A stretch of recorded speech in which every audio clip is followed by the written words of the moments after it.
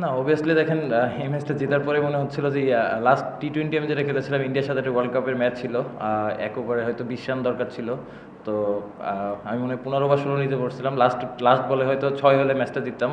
Anyway 6 হয় নাই, 5 রানে পরে হেরেছিলাম।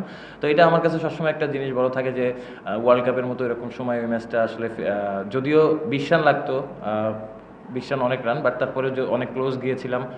যদি শেষ করতে পারতাম ভালো লাগতো, বাট আলহামদুলিল্লাহ অবভিয়াসলি যেটা বললাম যে রেসপেক্ট দেওয়ার মালিক আল্লাহ। আর অবশ্যই আল্লাহর কাছে শুক্রিয়া আদায় করতেছি টিমের জন্য কন্ট্রিবিউট করতে পারছি। না, যখন আগের ওভারে যখন নেমেছি, খুশদিল 2টা 6 মারলো, তখন ও বলতেছিল যে এই ম্যাচ জেতা সম্ভব।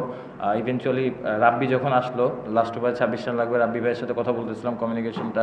তো তখন রাব্বি ভাই বলতেছে যে তুমিই খেলো 6টা বল, তুমি যদি আমার কাছে মনে হয় যে ইনশাল্লাহ ভালো শেপে থাকলে মারতে পারলে হয়ে যাবে। তো তখনই আসলে ওই জিনিসটা আমাদের কমিউনিকেশনের মাধ্যমে হয়েছে। তারপর যখন ফার্স্ট বল 6 হয়েছে, তখন আস্তে আস্তে ওই বিলিভটা আরও বেড়েছে যে ইনশাল্লাহ সম্ভব। না, অবভিয়াসলি দেখেন ওই সময়টা যেটা হয়েছে, কোনো ইন্টেনশনালি কোনো কিছু করা হয় নাই। জিনিসটা আমিও রান নেওয়ার জন্য যাচ্ছিলাম। আর আমি চাচ্ছিলাম ওই সময় স্ট্রাইকটা নিতে। তো অবভিয়াসলি যেহেতু আমার সামনে এসেছে এবং আম্পায়ার যেটা বলেছে যে যার ক্যাচ হয়তো সে আউট, মানে সে আউট হবে। যদি বলটা মাটিতে থাকতো হয়তো মানে জিনিসটা অন্যরকম থাকতো। এয়ারে ছিল যেহেতু ক্যাচের অপশন ছিল এতে, বাট আমার কাছে মনে হয় যে আমি আমার ওয়ে চেঞ্জ করি না। আমি যে ওয়েতে ছিলাম, ওয়াইড ছিলাম, ওই ওয়েতেই আমি সোজা গিয়েছি 1 রানের জন্য। না, বড় শটের পরিকল্পনা ছিল যে অবশ্যই আল্লাহর উপর বিশ্বাস রেখে যেটা হবে যে আমি ওইটাই চাচ্ছিলাম যে 1-2 ওরকম কিছু না, যাতে যদি আমার জোনে পাই তাহলে ওভার বাউন্ডারি মারবো বা বাউন্ডারি হোক, এই অপশানেই যাচ্ছিলাম।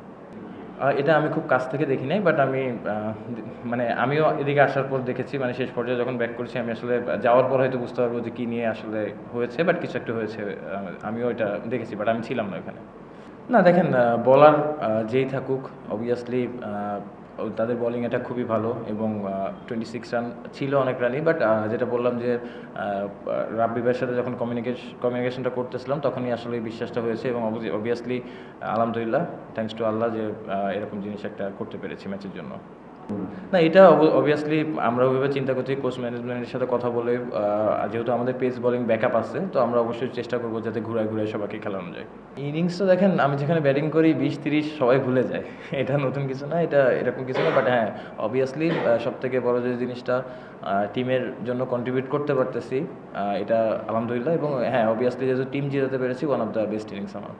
না, অবভিয়াসলি দেখেন রংপুর এবং বরিশাল, ওদের যে ক্রাউড আছে অবভিয়াসলি তাদের ক্রিকেটের প্রতি ইমোশন অনেক। আমি জানি যে হয়তো বরিশাল থেকে অনেকে এই খেলা দেখার জন্য এসেছে, at the same time Rangpur থেকে অনেকে ট্রাভেল করে এসেছে এই খেলা দেখার জন্য।